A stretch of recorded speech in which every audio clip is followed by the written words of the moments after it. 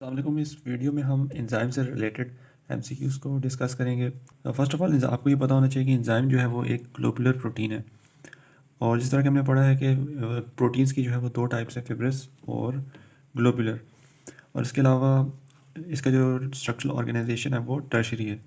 हमने प्राइमरी पढ़ा है, सेकेंडरी पढ़ा है, और इसके बाद जब पॉलीपेप्टाइड जो है वो अरेंज होते हैं तो उसके बाद वो स्ट्रक्चर जो है वो टर्शरी होता है। उसके बाद जो है वो क्वाटरनरी आता है। तो ये टर्शरी स्ट्रक्चर की एग्जांपल है।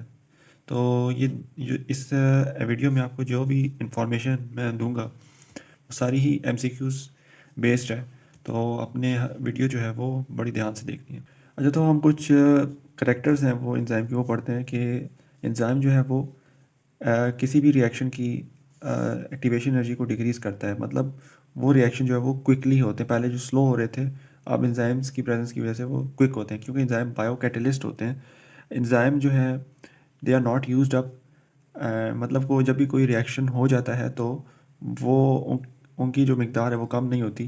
वो दोबारा से जो पहले इनिशियल उनकी कंसंट्रेशन थी या जितने इनिशियली प्रेजेंट थे वो दोबारा से वही रीजनरेट होते हैं। मतलब फॉर एग्जांपल ये एंजाइम और सबस्ट्रेट का जो है एक रिएक्शन हुआ और एंजाइम सबस्ट्रेट कॉम्प्लेक्स बना, उसके बाद प्रोडक्ट बनता है, और इसके बाद जो प्रोडक्ट है बनाने के बाद जो है वो एंजाइम जो है अलहदा हो जाता है और प्रोडक्ट जो है वो बन जाता है। तो ये दो इसकी जो मेजर कैरेक्टर्स हैं वो आपको पता होने चाहिए। इसके अलावा एंजाइम्स यहाँ पे मैंने लिखा नहीं है। एंजाइम जो है वो ऑल प्रोटीन्स जो हैं are not enzymes, but all enzymes are proteins. मतलब जो सारे एंजाइम्स होते हैं वो प्रोटीन्स होते हैं, ठीक है, प्रोटीन्स की क्लास में आते हैं। लेकिन जो सारी प्रोटीन्स होती हैं वो एंजाइम्स नहीं हो सकती। इसके अलावा हमारे पास एंजाइम्स के जो स्ट्रक्चर है, फॉर एग्जांपल अगर मैं यहाँ पे एक एंजाइम ड्रॉ करूँ तो फॉर एग्जांपल ये जो है लेट से, और ये जो है वो सबस्ट्रेट हो गया, ये जो है वो क्या होगी, एक्टिव साइट। जिस जगह पे सबस्ट्रेट जो है वो और एंजाइम के साथ बाइंड होता है तो उसे हम क्या कहते हैं, एक्टिव साइट। अब एक्टिव साइट की भी दो हिस्से होते हैं, बाइंडिंग साइट होती है, कैटालिटिक साइट। फॉर एग्जांपल इस यहाँ पे बाइंडिंग साइट हो गई और यहाँ पे छोटी सी कैटालिटिक साइट। अब बाइंडिंग साइट क्या करती है, बाइंडिंग साइट जो है वो सबस्ट्रेट के साथ बाइंडिंग करती है और सबस्ट्रेट को एक्टिव साइट के साथ बाइंड करती है।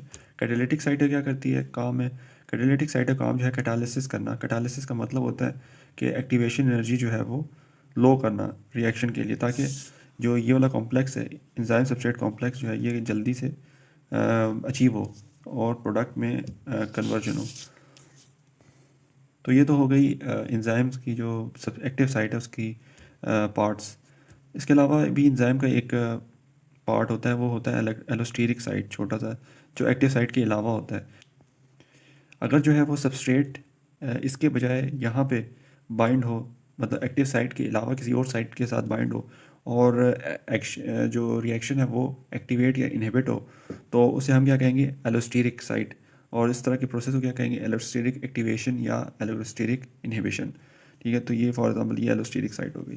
तो एक्टिव साइट के अलावा जो साइट होती है जहाँ पे कोई भी सबस्ट्रेट या कोई भी मॉलिक्यूल आके बाइंड हो और उससे एंजाइम की एक्टिवेशन या इनहिबिशन हो, तो उसको हम एलोस्टेरिक साइट कहते हैं।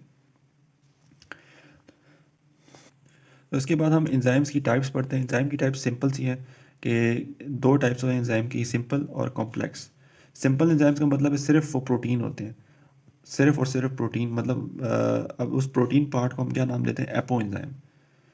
अगर उस प्रोटीन के साथ प्लस, प्रोटीन के साथ जो है एपो एंजाइम के साथ प्लस नॉन प्रोटीन पार्ट हो, मतलब को फैक्टर हो, तो हम उसे क्या कहेंगे, होलो एंजाइम। ठीक है, एपो एंजाइम सिर्फ protein, holo enzyme protein plus non protein part.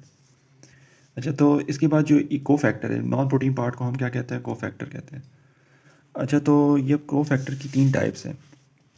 को फैक्टर, आपके पास कोई भी नॉन प्रोटीन पार्ट होगा, वो ऑर्गेनिक हो सकता है, ठीक है, वो लिपिड, वो कोई और भी क्लास हो सकती है, लेकिन वो प्रोटीन नहीं हो सकती। ठीक है, वो प्रोटीन नहीं हो सकती, वो कार्बोहाइड्रेट हो सकती है, वो आयन हो सकता है, वो वाइटामिन हो सकते हैं, वो इनऑर्गेनिक कोई भी मॉलिक्यूल हो सकता है, या कोई भी इनऑर्गेनिक आयन हो सकता है, लेकिन वो प्रोटीन कभी नहीं हो सकता। ठीक है, ये भी एक एमसीक्यू बन सकता है।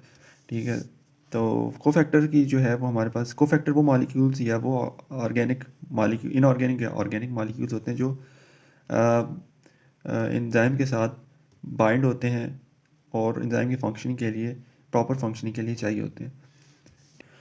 हमारे पास कोफैक्टर की 3 टाइप्स होती हैं, प्रोस्थेटिक, कोएंजाइम एंड एक्टिवेटर।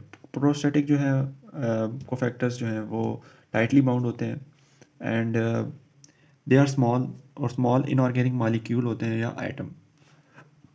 इसके अलावा कोएंजाइम जो है वो लूजली बाउंड होते हैं, ऑर्गेनिक होते हैं, ऑर्गेनिक इन नेचर होते हैं। ऑर्गेनिक का मतलब है कि उसमें कार्बन, हाइड्रोजन, ये चीज़ें मस्ट प्रेजेंट होती हैं, ठीक है। और इसकी जो एग्जांपल्स में आते हैं वो विटामिन्स। कोएंजाइम जो है, मोस्टली जो कोएंजाइम है वो विटामिन्स से ड्राइव्ड होते हैं, तो ये एमसीक्यू भी आता है, ठीक है।